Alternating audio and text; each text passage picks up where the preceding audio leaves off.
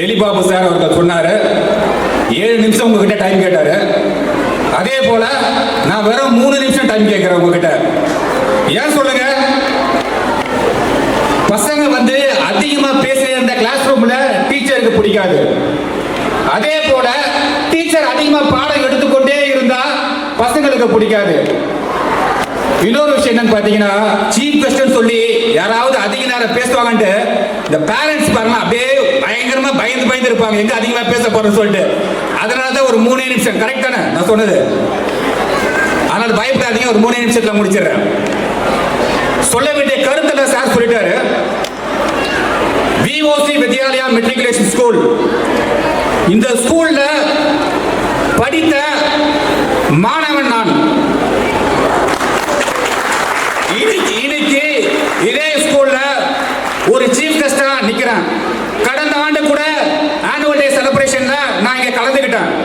அதே போல கடந்த மாசம் நடந்த ஸ்போர்ட்ஸ் மீட்லயும் நான் ஒரு சீஃப் கெஸ்டா எனக்கு ஆனர் பண்ணாரு சிவராமன் சார் அவர்களுக்கும் இந்த பள்ளி நிர்வாகத்திற்கும் நான் நன்றி கடன் பட்டிருக்கிறேன். இந்த நேரத்தில் நன்றியை நான் பதிவு செய்கிறேன்.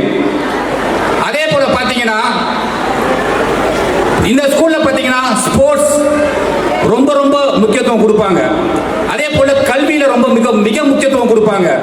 அந்த மாதிரி ஒரு பள்ளிக்கூடம் நான் பேரண்ட்ஸ்க்கும் கல்வி குழந்தைகளுக்கும் படிக்கக்கூடிய குழந்தைகளுக்கும் ஒரே ஒரு நிமிஷம் ஒரு சின்ன ஒரு இது சொல்லிட்டு போயிடுறேன். நம்ம கிட்ட இருக்கிற பொருளை வந்து திருடலாம், நம்ம கம்ப்ளைண்ட் கொடுக்கலாம். நம்ம கிட்ட இருக்க காரை திருடலாம், நம்ம கிட்ட இருக்க வீடை கூட திருடுவாங்க, நம்ம கிட்ட இருக்கிற நகைகளை திருடலாம். நாம போயிட்டு புகார் செய்வோம் எங்க காவல் நிலையத்தில். ஆனா புகார் செய்யாத ஒரே ஒரு சம்பவம் எதுன்னு பார்த்தீங்கன்னா, நம்முடைய கல்வி, நாம் கற்கக்கூடிய கல்வியை யாராவது திருட முடியுமா?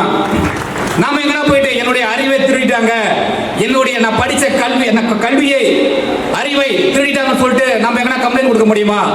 ஆகையால் இந்த உலகத்திலே மிக சிறந்தது நம்ம கிட்ட திருட முடியாத ஒரே விஷயம் பார்த்தீங்கன்னா நம்முடைய கல்வி. ஆகையால் பிள்ளைகளுக்கு நல்ல கல்வி அறிவை கொடுப்பதற்கு இது போன்ற பள்ளிகள் உள்ளன. பெற்றோர்கள் தங்களுடைய குழந்தைகளை அறிவு சார்ந்த பள்ளியில் படிக்க வைக்கிறீர்கள், அவர்களுக்கு உறுதுணையாக நீங்கள் தான் இருக்கிறீர்கள். அதே போல ஆசிரியர் பெருமக்கள் இருக்கிறார்கள். உங்களுக்கும் இந்த ஸ்கூல் கல்வி நிர்வாகத்திற்கும் நான் நன்றி கடன் பட்டிருக்கிறேன். மீண்டும் ஒரு முறை நன்றி சொல்லி விடைபெறுகிறேன். நன்றி, வணக்கம்.